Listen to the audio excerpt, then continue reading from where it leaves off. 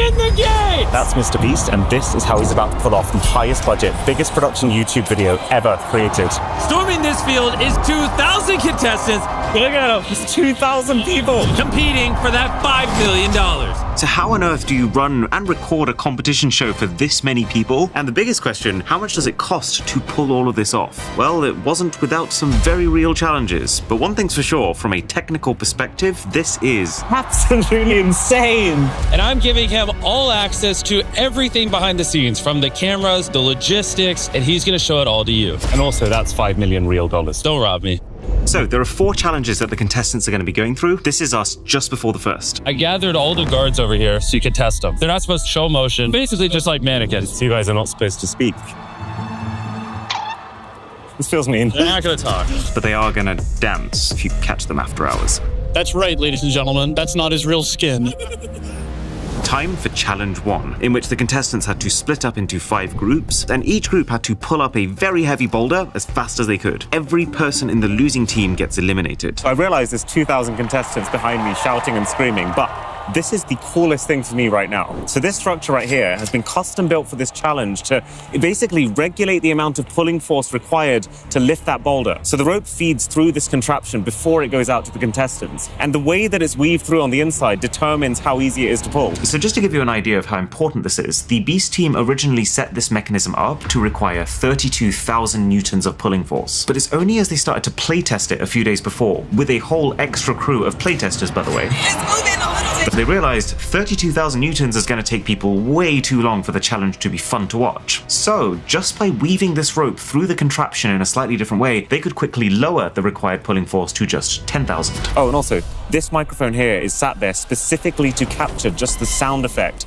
of the rope being pulled. It's a little bit crazy just how many things you have to think about if you want to do this right. Even literally the flooring. Jimmy decided that he wanted this place to look like a coliseum, so they pulled out every single bit of AstroTurf from it, and then they've covered it with these olive pits to basically give it that cinematic sand being thrown up feeling when people are running around through it. This is the box camera we're using to adjudicate. As soon as one of these boulders cross the finish line, that's the winner. And so we'll be able to see from this camera which boulders last, and that team's eliminated. It didn't even occur to me that you need adjudication cameras. We set our camera at the same height as this finish line so we can see exactly who won. They're both at 80 feet. So every single contestant also has an NFC wristband that they're scanning to keep track of who's in the game and who's out of the game. When you're out, they'll know that you need to go out too. If you leave. We're not leaving. You're not leaving? We're not leaving. Okay. It took around 3 hours after revealing this first game before the thing actually kicked off. Partly to give the teams time to strategize, partly because everything takes longer than you expect when you're trying to organize this many people.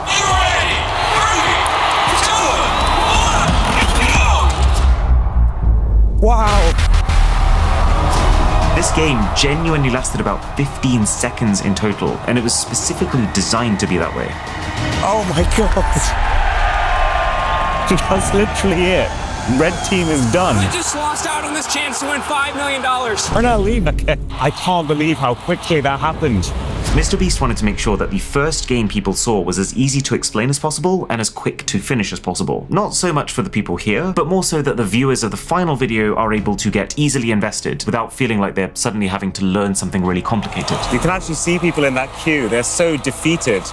Some of them are crying.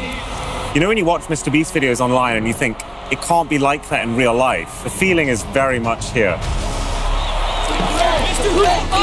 Hey, what's up? I love you too. You all watch our videos? Love your video. Oh my God. Ricky. You guys must feel like top of the world right now. It was so nerve-wracking.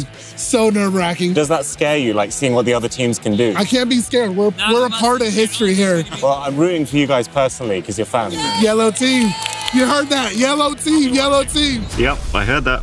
All right, yellow team for the win. And now, while we waited for game 2 to start, now felt like as good a time as any to head to the main camera room to see the belly of the beast. And while the camera team were out actually filming the show, who better to show us this room than Mr. Tariq? Since the last time I saw you, a lot has changed, from the equipment to how we go about things to the lighting. You've seen the scale of the projects. It has to be better. And Jimmy's not as particular about the cameras anymore. So he used to be really in the weeds with it. Now it's like, I trust. and I like it. So these are just the ground cameras. They'll be for talent. They'll be just for close-ups on any of the contestants, just like a grab and go, run and capture that moment. This is very rigged up. It's very rigged up, yeah. I noticed every single one of these cameras has a light on it. Darker images don't perform better retention-wise, at least is what we've learned. And then we have the time code here. It's just so we make sure everything is time-coded. Ah yes, the time code. So they bought one of these devices to plug into every camera on this shoot for one job. So whenever it goes to editing, they know exactly what happened and when it happened. So for example, if somebody falls and it's a really funny moment, Every single camera, you could just search for that second, and you'll have 100 viewpoints of that one shot. almost 500 for this kit. Almost 500. Yeah. I'm curious how the rig has evolved. A lot heavier. We have more stuff, especially like tailored for editing, better mic, the signal just makes it easier to grab it and just get everything you need in one shot. Holding this for about 5 minutes, I can see why there's a neck strap attached. Oh yeah. I mean, you get some strong shoulders. So that's the run and gun cameras. There's 28 of those and they are pretty high spec, totaling $100,000 in value. The only one of these that's a tiny bit different is Mr. Beast's personal camera rig, which has 2 lights on it instead of 1 to make him the brightest thing on screen so that your eyes are naturally drawn towards him. There's a whole cornucopia of lenses and they all have different purposes. You guys use GoPros a lot, but GoPros capture like a very different kind of shot to something like this. Is there a difference in what shots you use for what purpose? Emotional shots, we try to do telephoto. So we put somebody on the other side and just zoom in on their face as much as you can and then just kind of get that reaction. You'll see a lot of the most vulnerable, real moments on Mr. Beast videos being captured like this because the camera is so far away that the contestant isn't spotting it, and so isn't acting for it. But that is far from the full suite of camera gear here. There's 35 Sony FX9 cinema cameras dotted all around the stadium to get the main wide fixed shots of the games. There's 10 pan tilt zoom or PTZ cameras, which are also fixed in place but can be remotely operated to control what they're looking at. 20 DJI Osmos for handing to the contestants to vlog certain sequences, since they are literally the easiest cameras to operate. All rounded off with 400, I kid you not, 400 GoPros. They use these because they're small enough to fit inside of things and also just blend into the background so they don't appear in the rest of the camera's shots. And that's not even factoring in all of the accessories like power banks for every single GoPro and also the proper flagship camera gear like the box cameras, the sky cameras and the whole army of drones, but we are getting to that. I notice everyone's got delightful little nicknames for the different sections. And so hot and cold for this battery section, I assume hot means fully charged, cold means empty? Yes. It's exceptionally organized. You can tell this is someone's job to create this pile. Absolutely. Tariq then took us to Mac, who is the lead editor of the Mr. Beast team. Why he's so tall, man? He's all dressed up, he's tall, and he pulls me out when I'm in my underwear and I'm all short. Sticks me right on camera. I am not short. That's all we came here for. Yeah. And now that we'd established that Mac definitely isn't short, I thought, well, Mr. Beast videos are pretty much the most consistently highly viewed videos on the internet. So given how involved Mac is, especially in the intros of them, how do these guys make sure that they perfectly capture your attention at the start? The way we look at intros, basically just like a continuation of the thumbnail. Most people don't have YouTube Premium, right? Yeah. And so they'll click on a video, then they'll watch like a minute ad or 5-second ad and skip it, whatever they do. They will literally forget what they clicked on. So what kind of things have you thought about with this video specifically, the intro? We were thinking about basically flying camera back instead of flying camera forward. I want to see Jimmy's face. I want to see the $5 million cash prize. And I also want to communicate spectacle. The other thing I thought was really interesting about the intro shot is they filmed it on 2 separate occasions across 6 hours of time. Given that the intro is the single most important 10 seconds of the entire video, these guys actually set up and recorded the full thing once before any contestants had even arrived, when they had the time to make sure that they have one intro that they know works. But then once again, with all the contestants, just in case that take ends up having better energy. Is there a shortage of shirts? I just keep ripping them. I'm not this short. I'll tell you what isn't short, the amount of footage that these guys as editors have to get through. But there's a solution to that. We have the best editors in the world. If we have 10 hours of footage, it gets sunk. The assistant editors will take it down to 2 hours of what's usable. Like a really great editor, an editor that can do videos at this level, I can't find them anywhere. And so preserving them and preventing them from burning out as much as possible is like the name of the game. Thank you. Dude, you're a legend. I love your videos, by the way. Actually, your editors are really good. Don't get any ideas, man. You guys looking to jump ship? No, I'm just kidding. Right, let me take this off.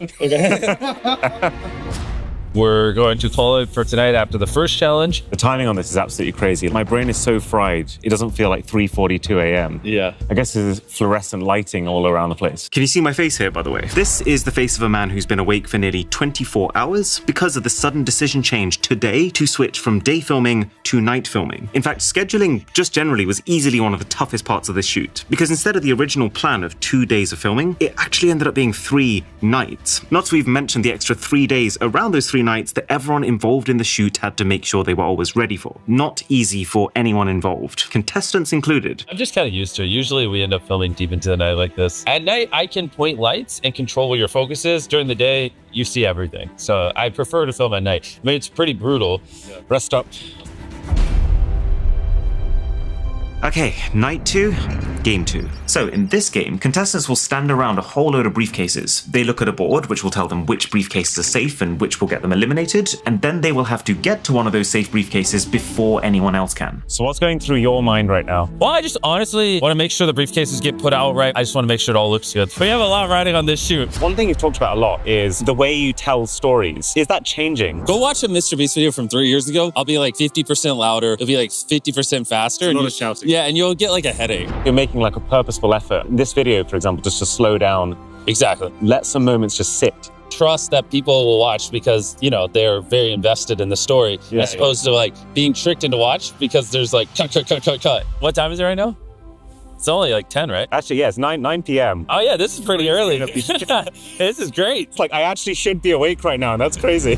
Did you talk to the people who got out? I felt so bad. Yeah, there was some pretty real tears. We tried to make it easier on them by giving everyone $2,000. That way everyone at least had something to go home with. The first challenge, we eliminated 400 people. And since we gave each of them $2,000, that's $800,000. But the money isn't the only thing these guys have to think about when people are eliminated. Do you remember these RFID bracelets? Well, this is where they come in again. There's some sort of checkout process as well. When they entered the arena, we scanned, so we knew they were here. Scans, baby. So we counted that we had 2,000 exactly. Then we could start the game. Then when they got into teams. Oh, so when they sorted themselves, you added that data onto their RFIDs so that your system knows exactly Pink which team, green team, yellow team. Then we have all those lists ready. And so same as elimination. So all of the red team that was eliminated, even though we knew it was red team, just to be absolutely sure, we scanned every single one on their way out. Wow. Then we know if somebody's missing in the stadium. Is this because you've been burned before on previous games? People will hide. Did you see the end of that game? But Jimmy had to call her up to tell her that, oh, come on, red team's out. She was a red team contestant who was trying to stay. Trying to stay in the game. Yeah, so the bracelets are really a way for us to keep track of everybody. Now, if you already thought the shoot was a complicated affair,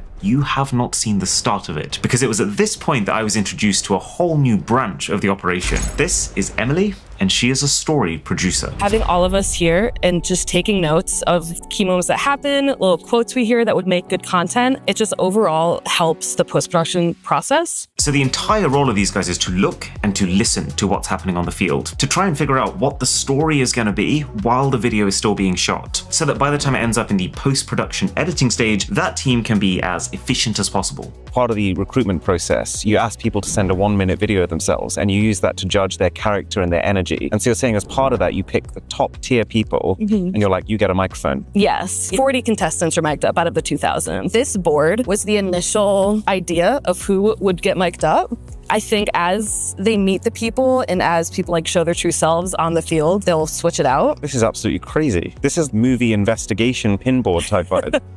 Once people get eliminated, they'll re-mic other people. Obviously, like, things change and mics change. So, like, we have people designated to go out there and keep track of who gets re-mic'd, which helps us, like, tremendously during the post-production process. You've got heroes, villains, family, and then others. You've not just pegged people as being main characters, but you've pegged that they've got a personality trait that might make them a villain.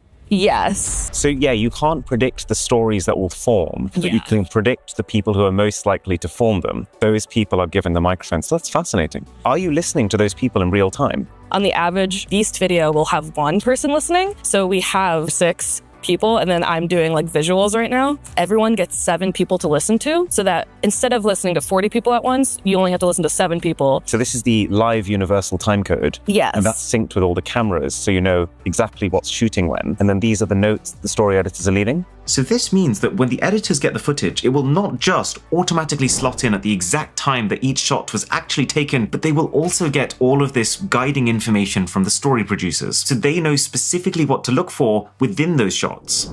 Everything's been thought about. Yes. So that's where all the story producers hang out. This is basically Jimmy's private viewing suite. So, whoa. It's basically the same thing, but this room is specifically designed for Jimmy to come and have a kind of one glance view of every single thing that's happening, so he can give really quick feedback in between him being on camera. There's a lot of screens here. So there's 18 TVs in this one room. Quite impressed with the bezels on these as well. It almost looks like one continuous video wall. They're bringing out the briefcases for the next game. Should probably go.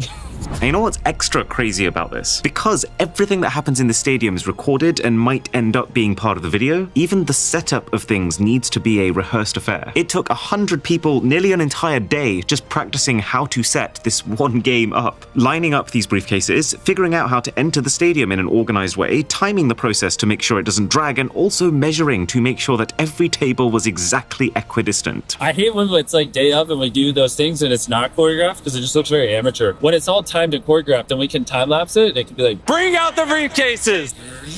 But if it's not, like sped up time lapse, it's really good. So it has to come out in an organized way. That looks good when it's sped up. Yeah, or then it just looks weird. It's perfect for attention. Yeah. Oh my god, dude, I love you more than this piece. I shouldn't say no. Oh my god. Is that on camera? Yes. No, it's not. Yes, it is. Delete it right now. Please. Go. 5, 3, 2, 1, go! As I can see people. Oh, okay. 3, 2, 1. Reveal! Reveal!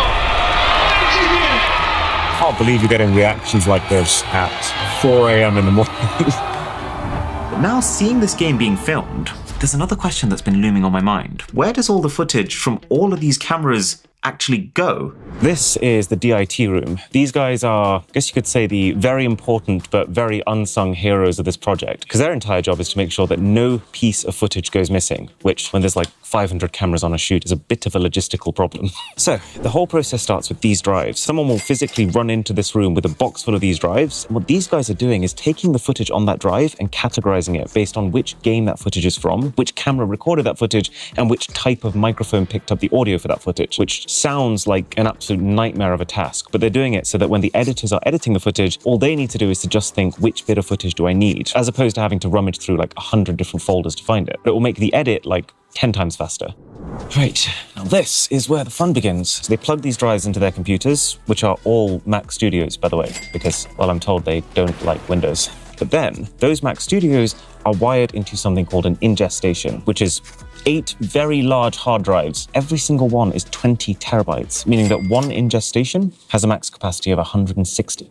And then you realize that there's 20 of these ingest stations in this room. So 3.2 petabytes of storage. But it gets crazier. Because they're shooting this show for Amazon, Amazon have insisted that they have at least 3 layers of backup for every single bit of footage. So, as well as these ingest stations, every single drive is never getting erased. It will just stay as a permanent hard copy of everything that's been recorded. And then every single one of these ingest stations has a fiber cable coming out the back of it. This is a very fast connection. We're talking 25 gigabits per second. There's a very specific reason for this fiber cable, and we can actually follow it out of the room. Way out of the room. Still going, still going, still going. And you follow that cable all the way around, and you end up with this, which is basically just one massive server. And that serves as the third layer of backup. It almost seems stupid just how many precautions are being taken. But then when you start to add up how much they're spending to make the show, it starts to make sense how much they're spending to keep the show. This room is actually particularly cool for a few more reasons, because these are video recording boxes. So you know how it normally works with a camera. You record onto an SD card that's inserted inside. But these guys are doing it a little bit differently, because every single one of the fixed cameras dotted around the stadium is physically wired all the way across the stadium into these boxes. And that has 2 pretty major benefits. One, that instead of recording on tiny fiddly little SD cards, they can record onto proper drives. But also 2, some of these cameras are, no joke, 100 meters up in the air. So imagine how much manpower it would require to individually keep track of every single camera so that it doesn't run out of storage, and then swap over the SD cards when it does. But with this setup, One person could literally man everything. This is also super interesting. So because this recording actually happens over a really long time, like I think we hit record at 10 p.m. It's now 3:12 in the morning. The lighting changes. So this guy over here is actually in real time adjusting the color temperature, the black levels, the saturation of the cameras to make sure that they stay consistent. Both as the time of day changes, but also between the many different types of cameras being used on the shoot. Because if you just left each one alone, they would all naturally take footage that looks slightly different to each other. This is the video router. So it's the box in which every single one of the video signals that you see comes through first to be able to be distributed to all these separate monitors. So long story short, if this box goes down, so does the entire video, which is why there's a 24/7 fan just blowing cool air at it. So do you remember the pan-tilt zoom cameras that we talked about earlier? Well, this room is also where those are being remotely operated from. And the beauty of these cameras is they allow you to follow the action. So let's say I find a disruption happening with these briefcases. I can find where that disruption is happening, and then I can just zoom in all the way onto that disruption. So it's allowing me from a distance to create these really stable cinematic sub-stories within the bigger story. That gets so close. You forget that the camera is positioned right on the very end of the stadium. It's just blowing my mind that all of this, like all of this, is the back end for one YouTube video. Just to be super clear, do not GO until I actually say the word GO. He's our guy. Look up at the screen. All right, there you go. Oh, actually, I said it. You're right. Whoops. Oh my God. I messed up, but hey. I think he's picked a losing one. Some of these have to be great. How are you feeling? Nervous. Yeah, I can see it on your face. Is it you versus every single person around you? Yeah, everyone thinks I'm out. Really? Oh, man. Yeah. How will you feel if you are? It's fine. It's my dad's birthday today. Is that worth losing $5 million? No. It's literally called Rick E.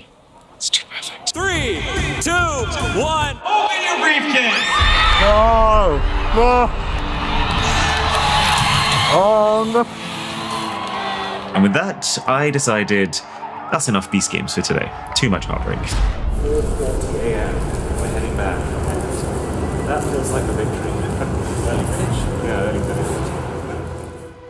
The time had come. It was time for the third, final, and most chaotic night of all. Starting with the flag game, where all contestants are going to line up on one side of the field, and each round a varying number of flags are brought into the middle. Contestants have to decide which round they're going to make a run for it, and when they do, they have to make sure they grab a flag while they're at it, or they're out, knowing that in total there aren't going to be enough flags for every player. We're gonna make the first like 2 or 3 like really easy so they get it, and then after that, I mean, we're gonna do dozens of rounds. I want you guys to be super dumb. Is there a dominant strategy, you think? There's a lot of strategy to this. I would probably pick one quadrant and just be like, when there's a flag here, I'm going no matter what. I'm going no matter what. I like really try to talk everyone around you out of it. It was also at this point that I managed to get hold of something that you never really get to see. So these are pre-visualizations of the Amazon thumbnail.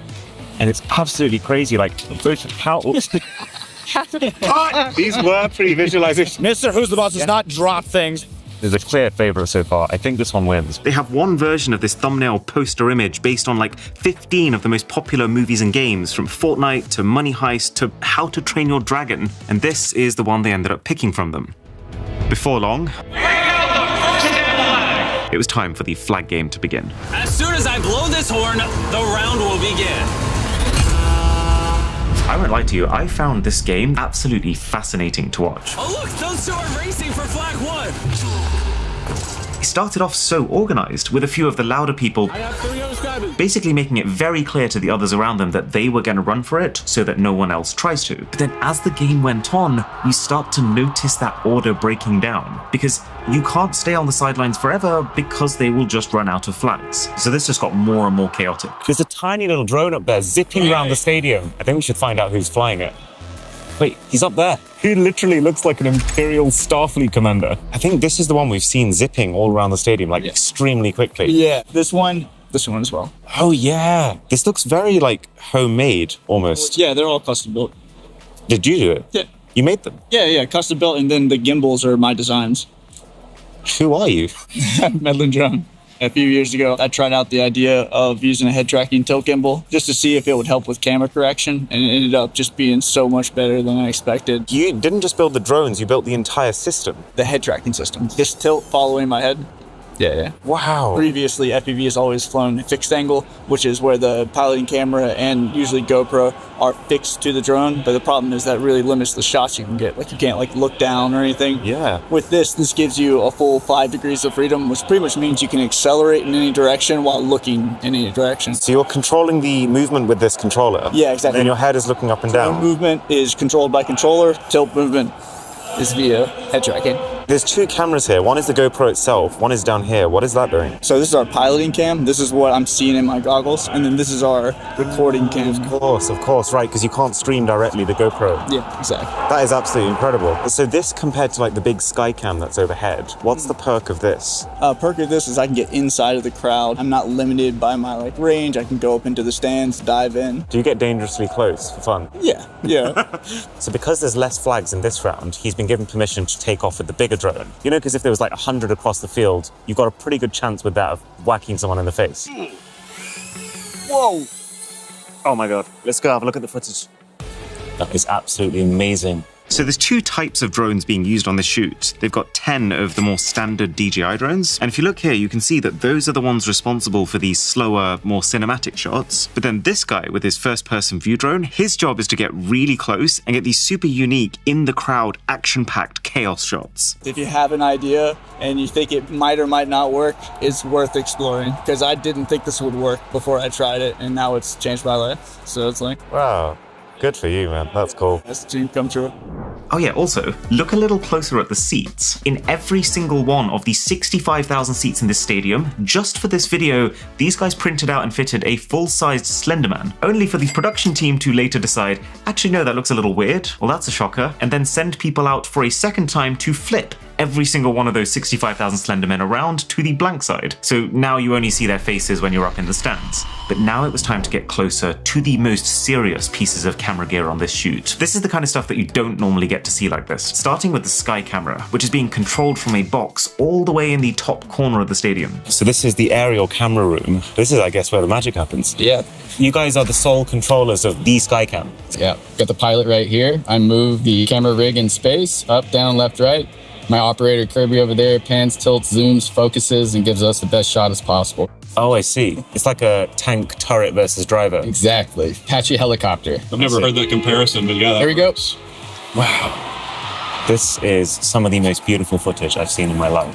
What makes this different to a drone? Safer, it can't ever fall out of the air and hit anybody. We have a larger camera, larger sensor, larger lens, so we can create a little bit better image than most drones can. Explain to me what's happening on this computer. This is our fly space. I can always glance at that and know I'm 56 feet above the turf here. Is that important because you're trying to stay out of the way of other cameras and their shots? And exactly. Yeah. So the coordinates that we use when we first get here, we build that fly space and I can put walls, barriers, obstacles to keep us safe from hitting stuff. So for instance, the boulder structure over there, I have a wall right here. These yellow ones are ramps, so we can go up into the sets and not run right into the pile of money. Yeah. And so the camera will now do that automatically now that you've set those constraints. Indeed. So when you go from green to yellow, it will automatically lift if it's too low. That's right. Wow, that's a smart bit of kit. And this is fascinating watching you two guys talk to each other because you're both controlling different parts of this camera. Are you telepathic? We've done enough games together that we kind of think along the same wavelength. If he's flying a certain direction, I know what kind of look is possible from that angle that he's got the rig physically at. So that I just pan or tilt, zoom, whatever, and it makes the shot look good. It's like good dance partners. The longer they've been dancing together, the better they can read what the other one's about to do. You two would kill it on a dance floor. So I'm seeing something and it's upsetting me a little bit. Are you recording in 1080p? No, they are receiving 4K. Just 1080p to the monitors so that the throughput is limited. This is just for us. Because that would be a massive waste. Yes. Indeed it would. Indeed it would. I'm so relieved. But it's easy to forget, this show isn't just about filming a video. It's a very real tournament with very real stakes. So as you've had a taste of earlier, these guys also have to make sure that there are proper systems in place for adjudication. So anytime two contestants think that they're the ones who touched a flag first, there's a whole squadron of staff who have to run to that big DIT storage room. They have to take the drives that have the footage on, they have to run them back to the stadium, and then go through that footage from several of the fixed cameras frame by frame until each dispute is resolved. His hand grabs it first. Yeah. The guy on the right would be the one that has possession. This guy, yeah. This is stuff you don't see in the final MrBeast video, but there are disputes literally every round of every game, and you can't move on to the next one until each one is resolved, which, as you can imagine, is another reason why there is so much waiting around when you're on set. But also, do you notice how every single person working here is wearing a headset? Well, each of those is connected to one of these, called a Bolero, which basically allows you to talk to any other person in the stadium immediately without even needing to dial a phone number. It's a version of like a walkie/telephone. So you've got a walkie, which normally you talk one at a time. This is kind of like that, but I can talk over you. So this gets rid of the whole over and out Roger. Yes. They're called comms or PLs, which stands for party line, which is a throwback to early phone lines when you'd have a whole neighborhood or a whole group of people. They're all on the same phone number. Like on your pack here, all the camera guys are on that button. So it's one button to talk to everyone who's been assigned as a camera. Everyone who has that button. We also do a lot of like deployment of antennas. There's one right there. So those are all over the venue. And you guys have installed these all yourselves? Yeah, our group of 5 guys here. So you basically created your own mobile phone network inside the stadium? Yeah. Just for this one video? And that's a wrap on Game 3. And since the team were also determined to not let this go on for another day, it was very rapidly time to set up for the final game. Well, I say very rapidly. Like I said earlier, everything does take way longer than you think. But, you know, it took 3 hours to get everything for this game into position instead of 24.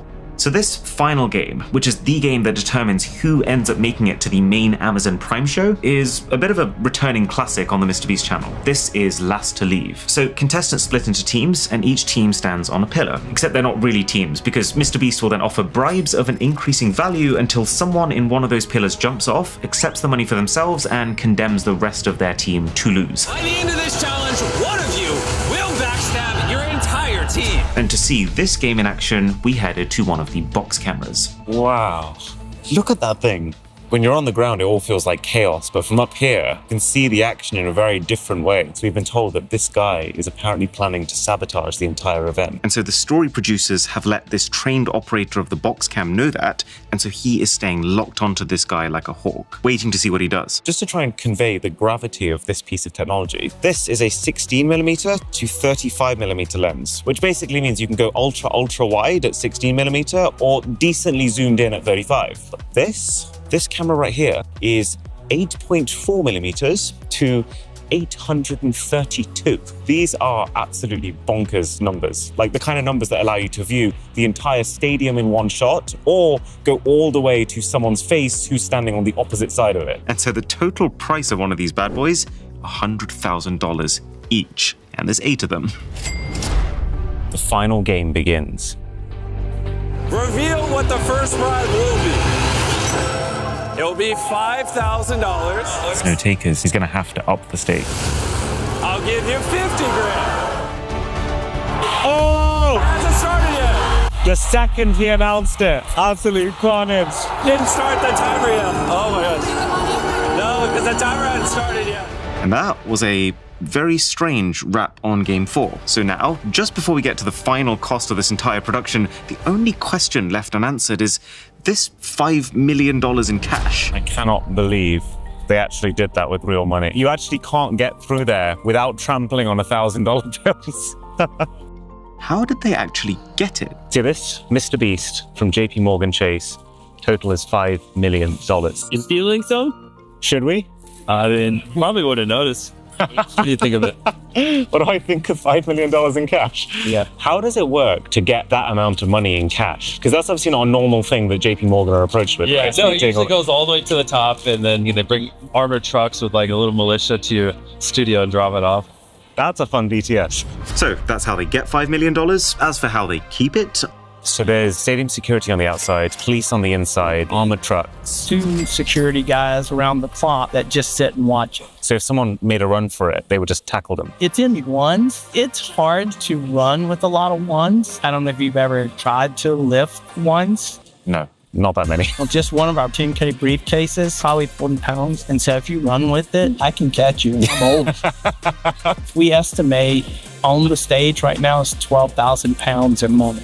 12,000 pounds. That's the equivalent of 2 adult African elephants worth of pure paper notes. We did the math so they could build the structure to hold it. Are there cameras specifically trained on that money as well? Yes, we put extras in place.